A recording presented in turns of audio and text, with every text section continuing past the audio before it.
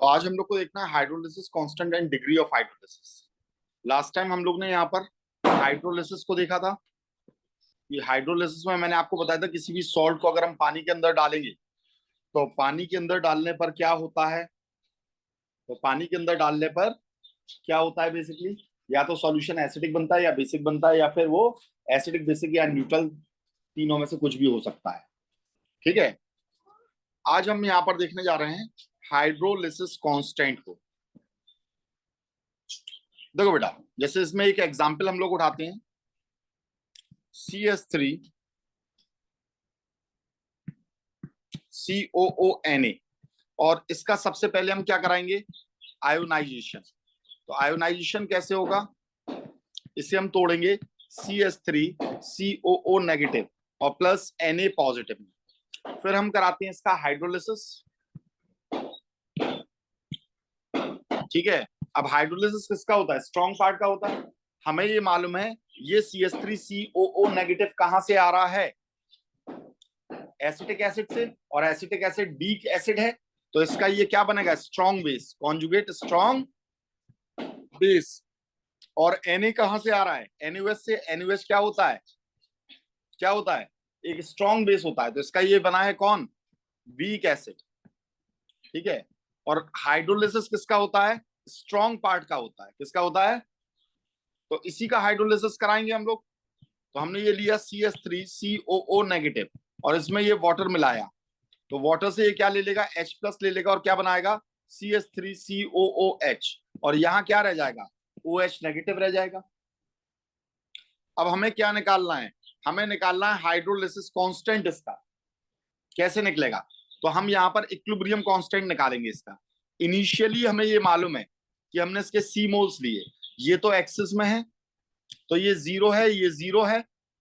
ठीक है, अब यहां पर एट इक्विलिब्रियम क्या हुआ, तो ये हुआ C-C अल्फा। ठीक है, और ये कितना बना, C अल्फा, और ये कितना बना है, C अल्फा बना है। ये चीज हम लोग जानते हैं। ठीक है, अब इसका अगर इक्विलिब्रियम कांस्टेंट निकालोगे तो आप किस प्रोसेस का निकाल लो, हाइड्रोलिसिस का निकाल लो। तो हाइड्रोलिसिस का निकाल लो तो आप इसे क्या बोलोगे, हाइड्रोलिसिस कांस्टेंट। एसिड का निकाला था तो डिसोसिएशन कांस्टेंट ऑफ एसिड था। Equilibrium constant of an acid is known as dissociation constant of an acid. Base का निकालते थे, Kb होता था, डिसोसिएशन कांस्टेंट ऑफ बेस। ठीक है, और तीसरी चीज वाटर का निकालते थे तो ionic product of water, KW बोलते थे हम उसे। तो अगर हाइड्रोलिसिस का निकालोगे तो KH निकलेगा, और ये किसके बराबर होता है, तो आपको मालूम है प्रोडक्ट का कंसंट्रेशन, CS3 COOH का कंसंट्रेशन, OH नेगेटिव का कंसंट्रेशन अपॉन एक्सेस वाले को तो आप लिखते नहीं हो, तो CS3 COO नेगेटिव का कंसंट्रेशन। तो ये निकल कर आ गया आपका क्या चीज, हाइड्रोलिसिस कांस्टेंट। इसे हम बोलते हैं हाइड्रोलिसिस कांस्टेंट।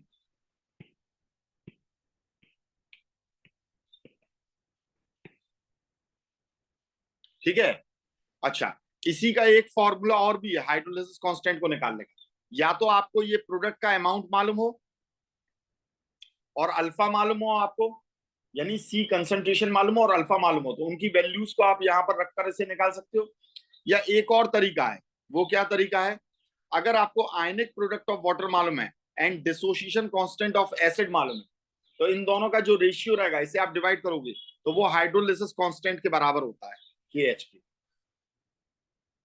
ठीक है, तो KH को निकालने के ये दो तरीके हो गए, एक तो ये तरीका है और दूसरा ये तरीका है, दोनों तरीके से निकल सकता है। मतलब KW/KAB KH के बराबर होता है। कैसे, हम कहेंगे हम तो नहीं मान रहे, हमें तो विश्वास नहीं है भाई, हमें तो प्रूव करके दिखाओ। तो चलिए अब हम ये इस चीज की प्रूविंग करके दिखाते हैं आपको। Proving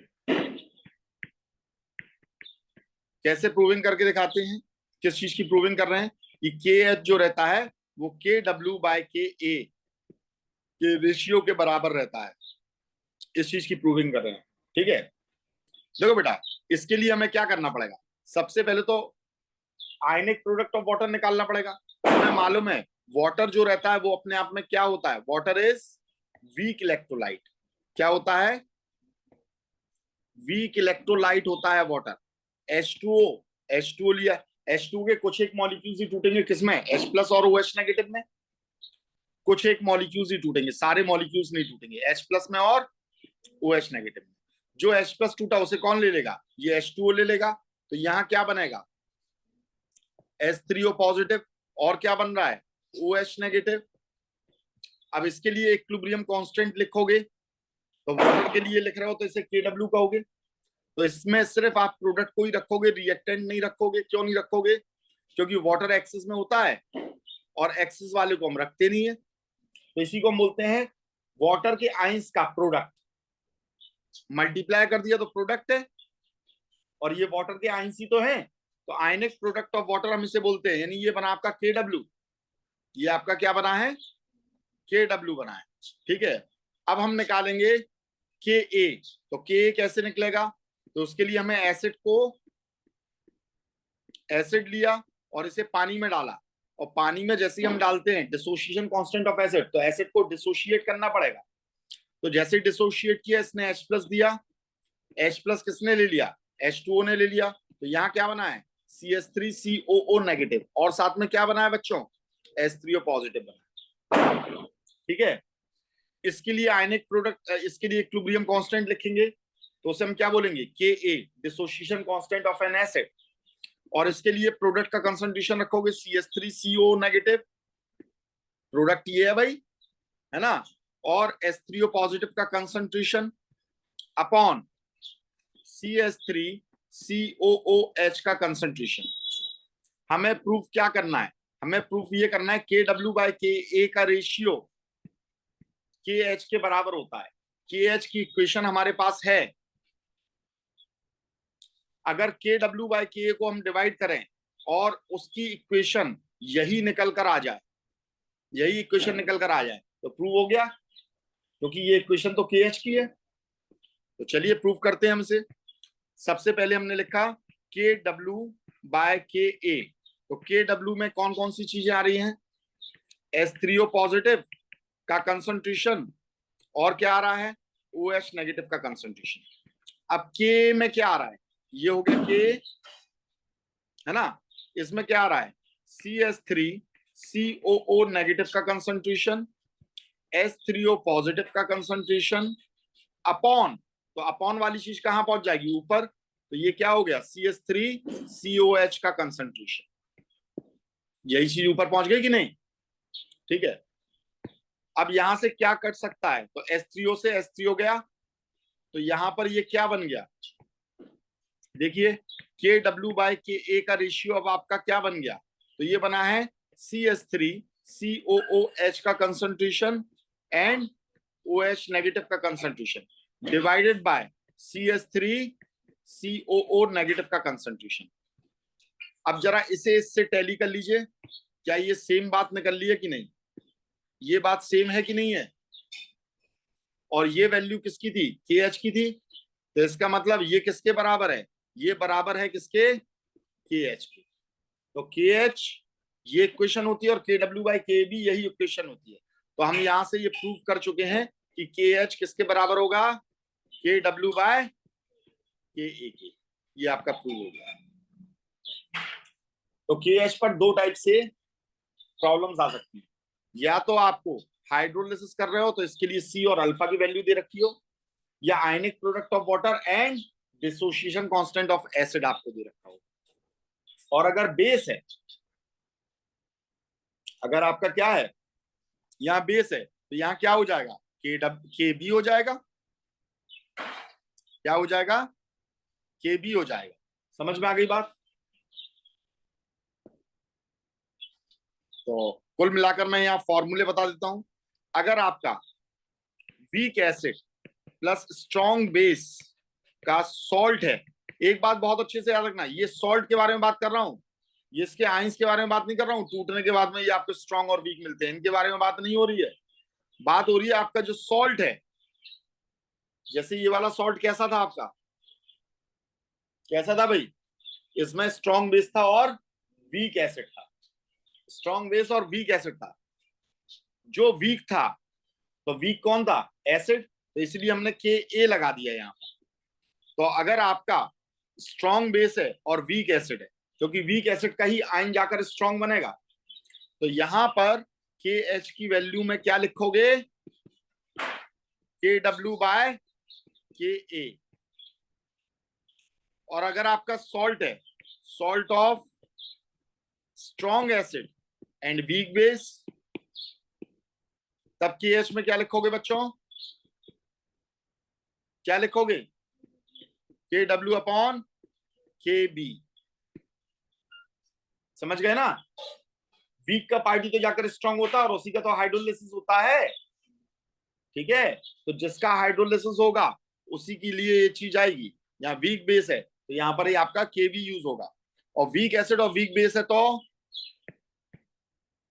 salt of weak acid and weak base, तो दोनों का ही हाइड्रोलिसिस होगा। और जब दोनों का हाइड्रोलिसिस होगा तो केएच के लिए क्या लिखोगे, के डब्ल्यू बाय, दोनों चीजें आ जाएंगी, के ए और के बी, ये दोनों ही चीजें यहां पर आ जाएंगी। Is it clear? समझ में आ गई बात?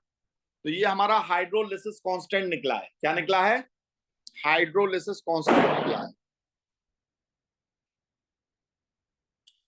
तो दो टॉपिक थे हमारे, एक तो था हमारा हाइड्रोलिसिस कांस्टेंट और दूसरा होता है डिग्री ऑफ हाइड्रोलिसिस। जैसे डिग्री ऑफ डिसोसिएशन होता था अल्फा, वैसी डिग्री ऑफ हाइड्रोलिसिस भी होता है अल्फा। तो अब हम देखने जा रहे हैं डिग्री ऑफ हाइड्रोलिसिस, जिसे किससे, अल्फा से रिप्रेजेंट करेंगे। अल्फा इज इक्वल्स टू क्या होता है, तो ये होता है के एच बाय सी। कभी कभी आपको अल्फा डायरेक्टली नहीं दे रखा है, तो जब अल्फा डायरेक्टली नहीं दे रखा होता है तो मैंने आपको बताया था के की वैल्यू दे रखी है, तो आप उससे अल्फा कैसे निकाल देते, के बाय सी अंडर रूट में, ओस्टवाल्ड डाइल्यूशन लॉ से। याद आया कि नहीं आया?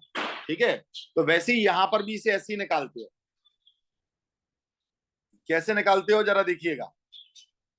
जैसे हमने एक केस लिया, salt of strong base and weak acid, कौन सा, CH3COONA। वीक एसिड है, स्ट्रॉन्ग बेस है। सबसे पहले हमने इसका क्या कर दिया, आयोनाइजेशन, CH3COO नेगेटिव और Na पॉजिटिव। ठीक है, वीक एसिड से मिला है तो ये क्या हो जाएगा, स्ट्रॉन्ग बेस। स्ट्रॉन्ग बेस से मिला है तो ये क्या बन गया, कॉन्जुगेट वीक एसिड। हाइड्रोलिसिस किसका होगा, स्ट्रॉन्ग पार्ट का होगा। तो आप यहां पर क्या करोगे, इसका हाइड्रोलिसिस करोगे। कैसे करोगे, CH3COO नेगेटिव, ये डाला हमने पानी, और पानी डालने पर ये क्या बन गया, CH3COOH, और साथ में क्या बना, OH नेगेटिव। अब हम ये जानते हैं इनिशियली हमने इसका कितना अमाउंट लिया, C, ये तो एक्सेस में है, ये जीरो था, ये जीरो था। इक्विलिब्रियम पर क्या हुआ है, C माइनस C अल्फा, तो ये कितना बना है, C अल्फा, और ये कितना बना है, C अल्फा। ठीक है भाई, अब हमने यहाँ पर हाइड्रोलिसिस कांस्टेंट निकाला KH। कैसे निकाला, CH3COOH का कंसंट्रेशन और OH नेगेटिव का कंसंट्रेशन अपॉन CH3COO नेगेटिव का कंसंट्रेशन, इन सब की वैल्यू उठाकर रखी, C अल्फा और C माइनस C अल्फा। ठीक है, इसे कॉमन ले लिया, C alpha upon C1 minus alpha. अब हमें मालूम है अल्फा की value for a very dilute solution, for very dilute solution alpha की जो वैल्यू रहती है, it is very very less than 1। तो इस पूरे को हम 1 मान लेते हैं। एक C को हमने C से उड़ा दिया, एक C को एक C से हमने उड़ा दिया, तो यहां पर ये वैल्यू इसकी क्या निकल कर आ गई, K is equals to C alpha square, है ना। अब ये K तो है नहीं है, ये क्या है, KH है। ठीक है, तो alpha square is equals to क्या हो गया, के एच बाय सी, और अल्फा इज इक्वल्स टू क्या हो जाएगा, अंडर रूट के एच बाय सी, के एच बाय सी। तो ये चीज आपकी निकल कर आ गई। तो अगर आपको हाइड्रोलिसिस कांस्टेंट दे रखा हो तो उससे भी आप अल्फा को यानी डिग्री ऑफ डिसोसिएशन या डिग्री ऑफ हाइड्रोलिसिस को निकाल सकते हो। ठीक है, दूसरा केस देखते हैं। अगर हमारे पास if salt of weak acid and weak base मिलता है, ठीक है, वीक एसिड और वीक बेस मिलता है, तब हम क्या करेंगे, देखिए CH3COONH4 यानी अमोनियम एसीटेट को लिया, तो सबसे पहले हम करेंगे इसका आयोनाइजेशन, और आयोनाइजेशन में क्या हो जाएगा, CH3COO नेगेटिव, और साथ में आपको क्या मिल गया, NH4 पॉजिटिव। ये वीक एसिड से मिला है तो ये स्ट्रॉन्ग बेस हो जाएगा, और ये वीक बेस से मिला है तो ये स्ट्रॉन्ग एसिड हो जाएगा। अब दोनों ही स्ट्रॉन्ग है तो दोनों का ही हाइड्रोलिसिस होगा, दोनों का ही क्या होगा, हाइड्रोलिसिस होगा। कैसे होगा, CH3COO negative plus NH4 positive plus हमने ये वाटर डाला, तो एक ले लेगा H प्लस जिस पर नेगेटिव है, वो बनाएगा CH3COH, और NH4 पॉजिटिव ले लेगा OH नेगेटिव, तो ये बनाएगा NH4OH अमोनियम हाइड्रोक्साइड। दोनों ही बन गए। अब यहां पर इनिशियली हमने क्या माना है, हमने इसका सी दिया, इसका सी दिया, इसका कितना बना 0, और इसका भी कितना है 0, ये तो एक्सेस में है। तो इक्विलिब्रियम पर क्या हुआ, at equilibrium C minus C alpha, C minus C alpha, इसका कितना बना सी अल्फा, और इसका कितना बना है सी अल्फा। ठीक है, अब हम यहां पर KH लिखेंगे, तो KH की वैल्यू क्या आ जाएगी, तो ये आ जाएगी CH3 प्रोडक्ट का concentration COH NH4OH upon CH3 COO negative का कंसंट्रेशन और NH4 पॉजिटिव का कंसंट्रेशन। इनकी वैल्यू रख दीजिए, C alpha C alpha C minus C alpha C minus C alpha. ठीक है, क्या कर दिया हमने यहां पर, तो ये हो गया, C को हमने यहां पर क्या कर दिया, कॉमन ले लिया C स्क्वायर, तो अंदर क्या बचा 1 माइनस अल्फा स्क्वायर अपॉन ये कितना हो गया C स्क्वायर अल्फा स्क्वायर। अब C स्क्वायर से C स्क्वायर कैंसिल आउट, तो यहां पर वैल्यू कितनी बची है, तो वैल्यू बची है KH equals to alpha square, और ये तो आपका जो अल्फा था it is very very less than 1 for a very dilute solution. तो यहां पर अल्फा की वैल्यू क्या हो जाएगी, KH अंडर रूट में, ये चीज निकल कर। तो बहुत अच्छे से याद रखिएगा, देखो अगर आपके पास में सॉल्ट होता है, salt of weak acid and strong base, या फिर salt of strong acid and weak base, इन दोनों के केस में ही, इन दोनों के केस में ही ये वाला फॉर्मूला काम करेगा। कौन सा, KH बाय C, दोनों के केस। लेकिन जब दोनों ही आपके क्या हो जाएंगे, वीक हो जाएंगे, तो आपका ये वाला काम करेगा, यानी it is independent of concentration. इन दोनों में ये कंसंट्रेशन आ रहा था, यहां पर क्या नहीं आ रहा है, कंसंट्रेशन नहीं आ रहा है, दोनों ही वीक हो गए, दोनों का हाइड्रोलिसिस हो रहा है, तो it is free of concentration. देखो डिग्री ऑफ डिसोसिएशन आपका बढ़ता था कब, डाइल्यूशन करने पर। डिग्री ऑफ डिसोसिएशन डाइल्यूशन करने पर, डाइल्यूट करने पर डिग्री ऑफ डिसोसिएशन बढ़ता है, ऐसे ही डिग्री ऑफ हाइड्रोलिसिस भी बढ़ता है, क्या करने पर, डाइल्यूशन करने पर। किसके केस में, salt of weak acid and strong base, या salt of strong acid and weak base, dilution करोगे तो हाइड्रोलिसिस का डिसोसिएशन बढ़ेगा, हाइड्रोलिसिस का डिसोसिएशन बढ़ेगा, अल्फा डिसोसिएशन है, ठीक है, ये बढ़ेगा इन दो केसेस में। लेकिन जब दोनों ही वीक हो गए तो दोनों का हाइड्रोलिसिस होगा, तो ये इंडिपेंडेंट ऑफ कंसंट्रेशन रहेगा, यानी आप चाहे जितना डाइल्यूशन करो इस पर कोई फर्क नहीं पड़ेगा, इसे जैसे टूटना है, जितना टूटना है उतना ही टूटेगा। कंसंट्रेशन का या डाइल्यूशन का यहां पर कोई भी इफेक्ट नहीं होता है। नो इफेक्ट ऑफ डाइल्यूशन, तो ये एक स्टेटमेंट बन गया, स्टेटमेंट में से भी क्वेश्चन बनते हैं। No effect of dilution on degree of hydrolysis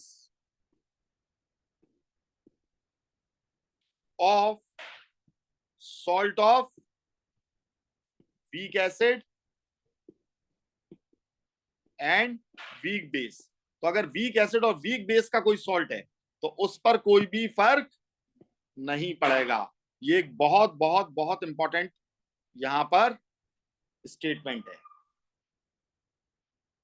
ठीक है, बहुत ही ज्यादा इंपॉर्टेंट स्टेटमेंट है, इसे याद रखिएगा। अच्छा, दोनों स्ट्रॉन्ग ले लोगे तो हाइड्रोलिसिस ही नहीं होगा, दोनों ही स्ट्रॉन्ग ले लोगे तो क्या नहीं होगा, हाइड्रोलिसिस ही नहीं होगा, ठीक है।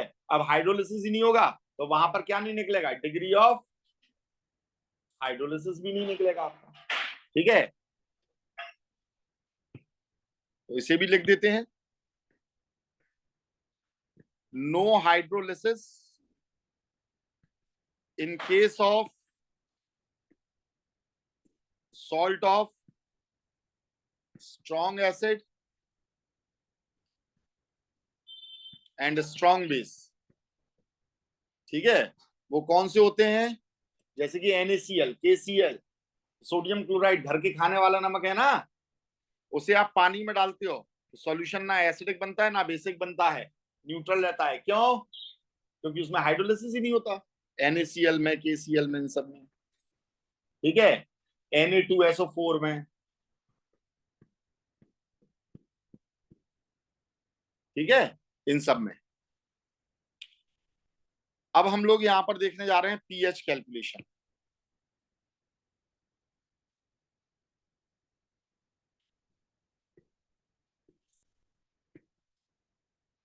पीएच कैलकुलेशन किसका, सॉल्ट का। अब हम सॉल्ट का पीएच कैलकुलेशन कैसे करेंगे उस चीज को यहां पर देखने जा रहे हैं, ठीक है। हम लोग ने अभी तक क्या क्या देखा था, एसिड का पीएच कैसे निकालते हैं, बेस का पीएच कैसे निकालते हैं। अब हम देखने जा रहे हैं पीएच किसका निकालने जा रहे हैं, सॉल्ट्स का। तो सपोज करो आपको कोई सॉल्ट दे दिया, आपको सॉल्ट दे दिया अमोनियम क्लोराइड, और आपसे कहा कि भैया इसका क्या करो, फाइंड आउट पीएच,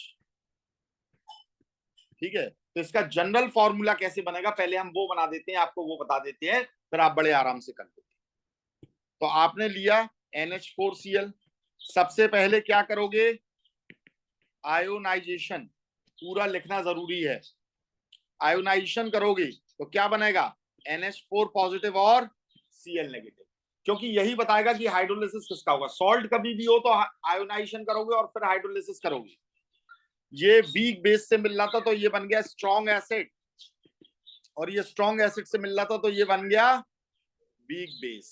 भाई HCl क्या है, स्ट्रॉन्ग एसिड है, तो उसने एक H+ निकाल दिया तो कॉन्जुगेट बेस उसका कौन बना है, Cl नेगेटिव। वो अपने आप में एक वीक बेस होगा, जो स्ट्रॉन्ग होता है उसका कॉन्जुगेट हमेशा वीक होता है, याद रखिएगा, ठीक है।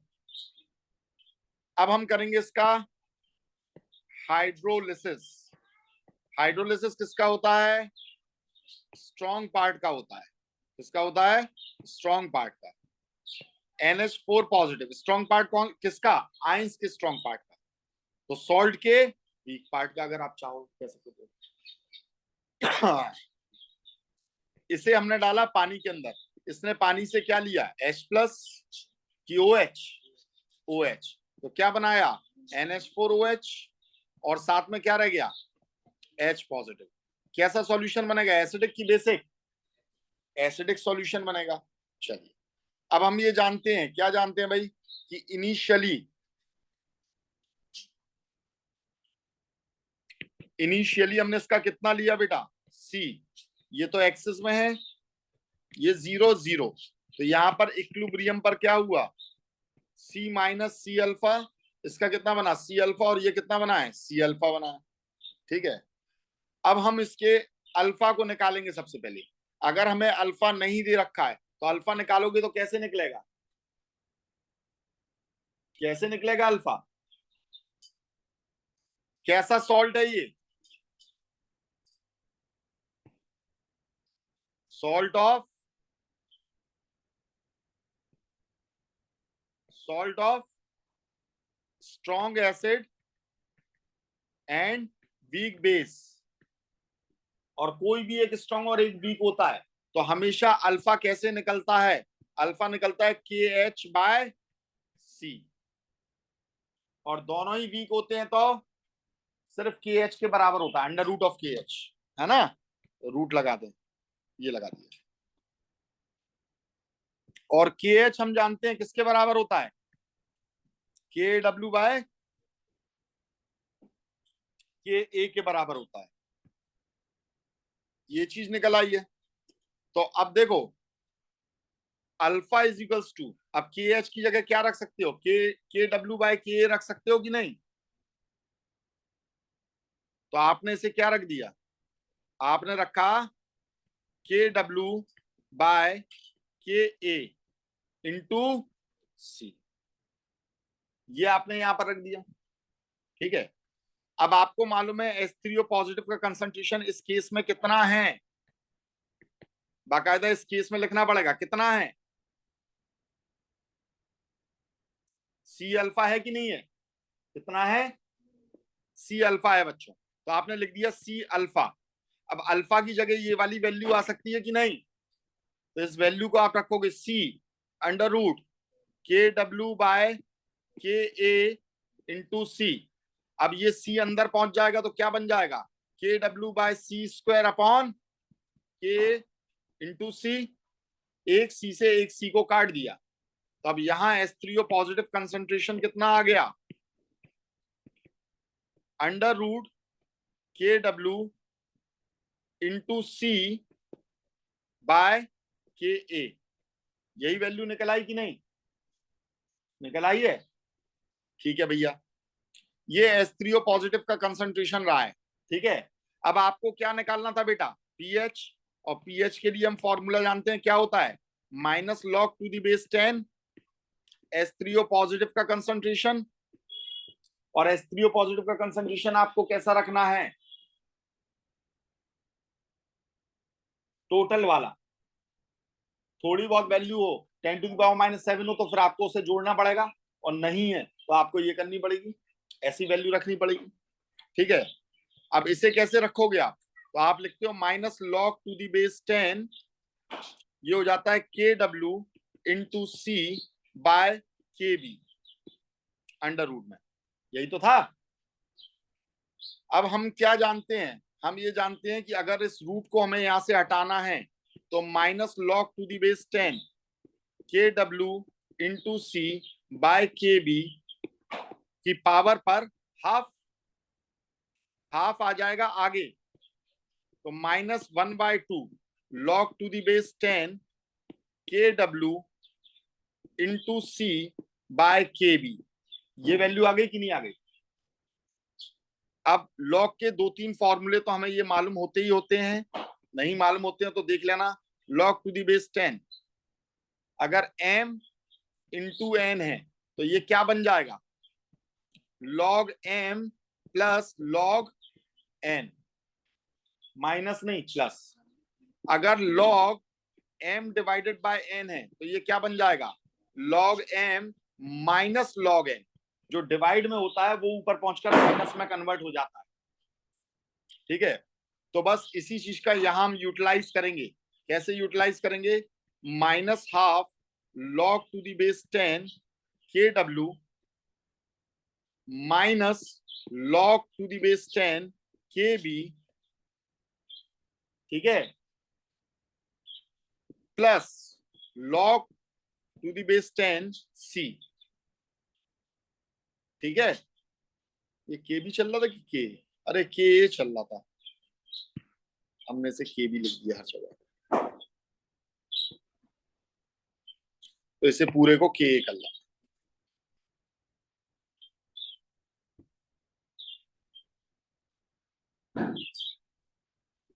ठीक है भाई, तो ये चीज आपकी यहां पर निकल कर आ गई और ये आपका फॉर्मूला बन गया। ठीक है, अब इस फॉर्मूले में एक चीज को देखिए, ये हाफ को हमने आगे पहुंचाया था, तो ये पूरा फॉर्मूला ऐसे हो गया था। ठीक है, अब हम यहाँ पर क्या करेंगे कि हाफ का जो है वो अंदर, या उससे भी पहले एक चीज समझ लीजिएगा बहुत अच्छे से, अगर कहीं भी log to the base 10 minus का log लगा है और log टू दी बेस 10 है, और मैंने बोल दिया, क्या बोल दिया, H प्लस का कंसंट्रेशन, तो इतनी चीज को minus log to the base 10 को आप लिखते हो क्या, P, प्रेजेंस या पावर, आप क्या लिखते हो, P, और यहां जो भी आगे लिखा रहता है वो सामने आ जाता है बिना साइन के, तो ये क्या बन गया, पीएच। पीएच का यही तो फॉर्मूला होता था एसिड के केस में, minus log to the base 10, अगर मैंने लिख दिया OH नेगेटिव का कंसंट्रेशन, तो इसे क्या कह देंगे हम, POH, तो minus log to the base 10, अगर मैं ये लिख दूं K, तो ये क्या बन जाएगा, PK बन जाएगा कि नहीं। तो बस इस चीज को हमने उठाकर यहां पर क्या लिख दिया, minus half log to the base 10 KW, और इस पूरे को अपन ने क्या लिख दिया, PKA, माइनस भी यूज हो गया कि नहीं हो गया, फिर यहां क्या बचा हुआ है, plus log to the base 10 C, अब माइनस का अंदर मल्टीप्लाई कर दिया, तो ये क्या हो जाएगा, half minus log to the base 10 KW minus PKA minus log to the base 10 C, हो गया कि नहीं हो गया, हो गया। अब इसे क्या लिख दोगे आप, PKW, इतनी चीज को उठाकर minus log to the base 10 है कि नहीं है, ठीक है, और साथ में आपने क्या लिखा, PKA minus log to the base 10 C। अब PKA की वैल्यू आप जानते हो, PKW की वैल्यू आप जानते हो, 25 डिग्री सेंटीग्रेड पर, एट 25 डिग्री सेंटीग्रेड KW की वैल्यू क्या होती थी, 10 टू द पावर माइनस 14, तो PKW की वैल्यू क्या हो जाएगी, 14, PKW की वैल्यू क्या हो जाती है, 14, ये हमने पढ़ रखा था भाई, जो आपका पीएच स्केल होता था 25 डिग्री पर 14 तक ही जाता था, 0 से 14, उसे KW कहते थे, न्यूट्रल पॉइंट को KW/2 कहते थे हम। तो हमने यहां पर इसे रख दिया 14 minus PKA minus log to the base 10 C, half बाहर है, अब हाफ का हम यहां पर क्या कर देंगे, मल्टीप्लाई, मल्टीप्लाई कर दोगे तो इसे खोलोगे तो ये क्या बन जाएगा, 7 minus PKA minus log to the base 10 C। कोई प्रॉब्लम इसमें, ये किसका निकल आया, ये क्या निकला है आपका, ये निकला है आपका पीएच, क्या निकला है, पीएच। अब ये बताओ मुझे, ये कैसा सॉल्ट दिया था हमने, सॉल्ट ऑफ,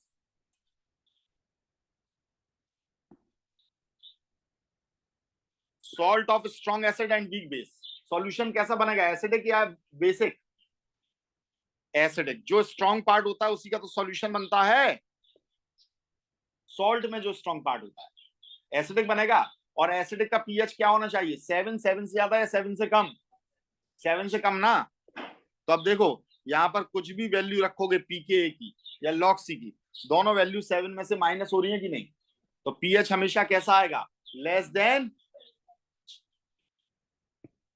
तो pH is less than 7।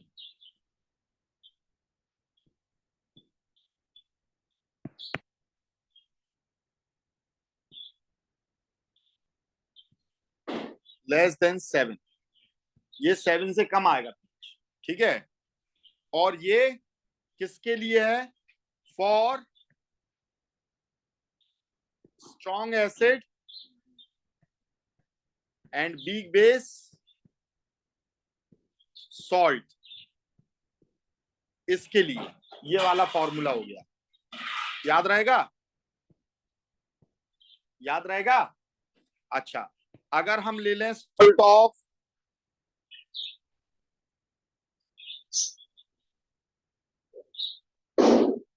Week acid and strong base, हाँ,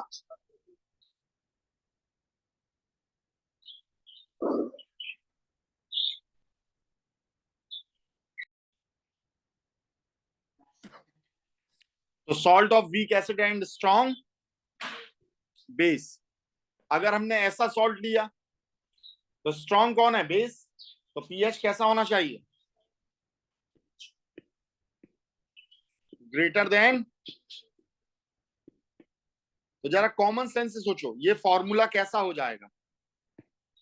कॉमन सेंस लगाओ। 7 plus P K A plus log to the base 10 C, P K A या पी के बी जो भी हो, ठीक है, उसे आप यहां रखकर, तो ये वाला फॉर्मूला बन गया कि नहीं? है ना?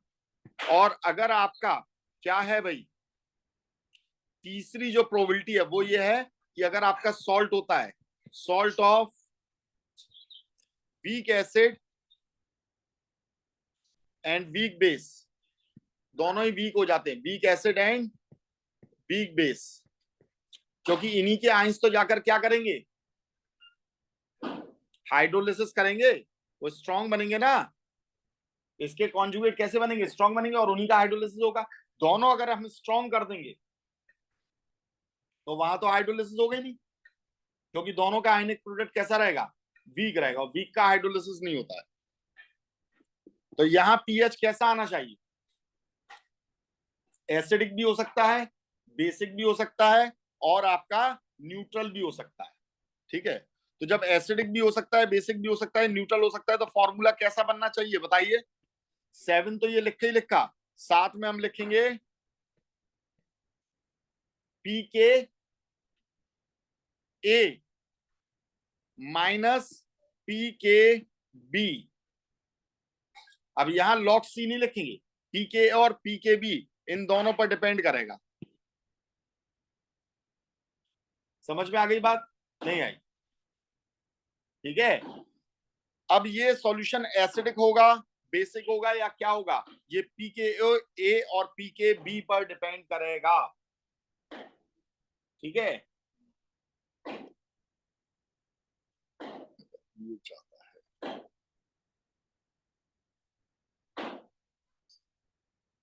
थोड़ा सा इसे देख लेना, मुझे ऐसा शक हो रहा है यहाँ पी के बी और यहाँ पी के ए होना चाहिए। रीजन ये है कि अगर पी के बी ज्यादा हुआ, बेसिक ज्यादा होगा, तो एसिडिक ज्यादा होगा। अच्छा हाँ, ये पीएच और पी के बी पर डिपेंड कर रहा है। नहीं नहीं नहीं, यही सही है, पी के ए और पी के बी ये चलेगा आपका, ठीक है। तो ये आपका किसके लिए हो गया बेटा? Salt of weak acid and weak base. और इसमें एक कंडीशन ये आएगी, अगर इन दोनों की वैल्यू कैसी है? इक्वल है। इफ बोथ इक्वल, दोनों इक्वल हो गए तो क्या हो जाएगा? तो सॉल्यूशन का पीएच क्या आएगा? 7 आएगा, जो कि क्या होता है? न्यूट्रल होता है। अगर दोनों इक्वल हो, अगर इक्वल नहीं हुए तो एसिडिक बन सकता है, बेसिक भी बन सकता है, वो इस चीज पर डिपेंड करेगा, वो आपको देखकर करना पड़ेगा, ठीक है भाई। कोई प्रॉब्लम इसमें? तो अब थोड़ा सा इसका रिवीजन हो जाए, हल्का सा रिवीजन। रिवीजन ये हो जाए, जिसे मैं यहां लिख दे रहा हूं। देखो, हमने एसिड के केस में देखा था पीएच को कैसे निकालते हैं। पीएच का सेपरेशन बहुत जरूरी है भैया, कि हमें ये मालूम होना चाहिए कि हाँ भाई पीएच हम किसका क्या निकालने जा रहे हैं, बहुत बहुत जरूरी है। कैसे क्या करते हो? जैसे हमारे पास में एसिड है, ठीक है भैया, एसिड का पीएच निकालना है, तो इसका पीएच निकालने का फॉर्मूला क्या होता है? Minus log to the base 10 H3O positive का कंसंट्रेशन। और H3O पॉजिटिव इसमें कौन सा वाला यूज होता है? टोटल वाला यूज होता है। और टोटल में किस किस का लेकर चलते हो? H3O positive of acid and H3O positive of base नहीं, वाटर, इन दोनों को। इसकी वैल्यू हमेशा फिक्स होती है 25 डिग्री सेंटीग्रेड पर 10⁻⁻7, और जब तक ये 10⁻⁻7 या इससे 7 से ऊपर बढ़ा, यानी 8 या 9 नहीं होता है, 7 होता है, 8 होता है, 9 होता है, तो फिर हमें इसे भी कंसीडर करना पड़ेगा। और अगर ये 10⁻⁻6 भी हो जाता है तो हम इसे क्या कर देंगे, इग्नोर कर देंगे। एक तो मैंने आपको ये बताया था। वाटर का भी यहां पर आप लिखकर चलोगे, जो डिसोसिएशन होता है उसे भी लिखकर चलोगे हमेशा, मैंने आपको ये बताया है, ठीक है। तीसरी बात, जब हम यहाँ पर एसिड को लेकर चलते हैं तो एसिड के लिए हमें मालूम है H3O पॉजिटिव के कंसंट्रेशन में C अल्फा वैल्यू रखी जाती है, मोस्टली C अल्फा वैल्यू रखी जाती है ना। तो अगर आपका स्ट्रॉन्ग एसिड है तो अल्फा की वैल्यू तो 1 हो जाती है, तो सिर्फ आपको C मालूम होना चाहिए। लेकिन अगर वीक है तो आपको अल्फा भी मालूम होना चाहिए। अल्फा हमेशा फ्रैक्शन में रखोगे, परसेंटेज में दिया रहेगा तो फ्रैक्शन में कन्वर्ट करोगे। कभी कभी अल्फा नहीं दिया जाता है तो आपको के दिया जाता है, तो K/C करोगे ड्राइव करके, तो ये अल्फा की वैल्यू हो जाती है। मैक्सिमम इतनी प्रॉब्लम आती है। बेस में क्या करते हो, बेसिस में आप निकालते हो POH, क्योंकि बेस के अंदर H+ हो गई नहीं वहां, तो आप यहां पर क्या करोगे, वही बेस का OH नेगेटिव टोटल आप लिखोगे, और टोटल में भी क्या करोगे, OH negative given by base plus OH negative given by water. इसकी वैल्यू भी 10⁻⁻7 फिक्स है। अब यहां इसकी वैल्यू अगर इसके बराबर हो जाती है तो आप इसे कंसीडर करोगे, और माइनस में अगर ये छोटी होती है तो आप इसे इग्नोर मारोगे, ठीक है। और फिर यहां पर फॉर्मूला क्या बनाओगे, -log⁻10 OH नेगेटिव का कंसंट्रेशन, और POH आपका जब निकल आता है तो आप लिखते हो 14 is equals to PH plus POH, और उसे आप निकाल लेते हो। इसमें भी वही चीज, C अल्फा दिया जाएगा, स्ट्रॉन्ग होगा अल्फा की वैल्यू 1 हो गई, वीक होगा तो C और अल्फा दोनों को रखना पड़ेगा। अल्फा अगर आपको नहीं दे रखा है और आपको KB दे रखा है तो KB/C ये अल्फा के बराबर हो जाएगा अंडर रूट में, इससे अल्फा की वैल्यू निकाल कर रख दोगे। ये एक रिवीजन टाइप का है। और सॉल्ट आ जाता है तो सॉल्ट के केस में तो अभी अभी आपने देखा है, क्या देखा है भैया, कि पीएच इक्वल्स टू क्या होता है, 7 plus pKa plus log⁻10 C, ये चीज आपने देखी है, ठीक है। फिर माइनस कर लेते हो और फिर प्लस माइनस कर लेते हो, वो 3 केसेस अलग अलग है। तो बिल्कुल आपको यहाँ पर क्लियर रहना है भैया, इन सब मामलों में बिल्कुल क्लियर रखनी है अपना सोच को, ठीक है। समझ में आ गई बात, ठीक। अब जैसे मैं आपको 1-2 क्वेश्चन देता हूं, आप वो करिए या घर से करके लेकर आइएगा, तो आपको कॉन्सेप्ट समझ में आ जाएगा कि हाँ भैया कैसा क्या चल रहा है, ठीक है, हम कर भी पा रहे हैं कि नहीं। तो ये है होमवर्क, 10⁻³ मैग्नीशियम हाइड्रोक्साइड है, ठीक है, और 90% इसका होता है डिसोसिएशन, और आपको फाइंड आउट करना है पीएच। एक दूसरा क्वेश्चन है, ये हो गया पहला क्वेश्चन। दूसरा क्वेश्चन है dissociation constant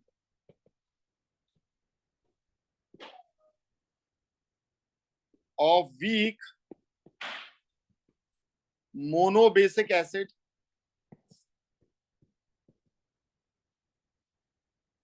is 4.9 into 10⁻⁻8. Calculate pH of its 0.1 N solution, ठीक है। और पूरा हर एक स्टेप लगाकर करोगे, कोई भी स्टेप भूलना नहीं है। जहां वाटर का डिसोसिएशन कराना है वहां पर वो भी कराओगे, जो कुछ भी करना है, ठीक है। सब कुछ एक सही स्टेप में करोगे तब आपको चीजें ज्यादा अच्छे समझ में आएंगी, ये आपका इसका रिवीजन हो जाएगा। और जैसे ही आपका ये कंप्लीट होता है तो बस इसके बाद में अपना स्टार्ट होगा बफर सॉल्यूशन। बहुत इंटरेस्टिंग टॉपिक है, ठीक है। ये बफर सॉल्यूशन आपको बताता है कि कैसे आप दवाई लेने जाते हो तो उस पर एक्सपायरी डेट लिखी रहती है ना, उन्हें कैसे मालूम है ये कितने टाइम में खराब हो जाएगी? फूड पैकेट्स पर या कोई भी चीज लेकर जाते हो उस पर एक्सपायरी डेट लिखा रहता है, उन्हें कैसे मालूम कि ये इतने दिन में खराब हो जाएगा?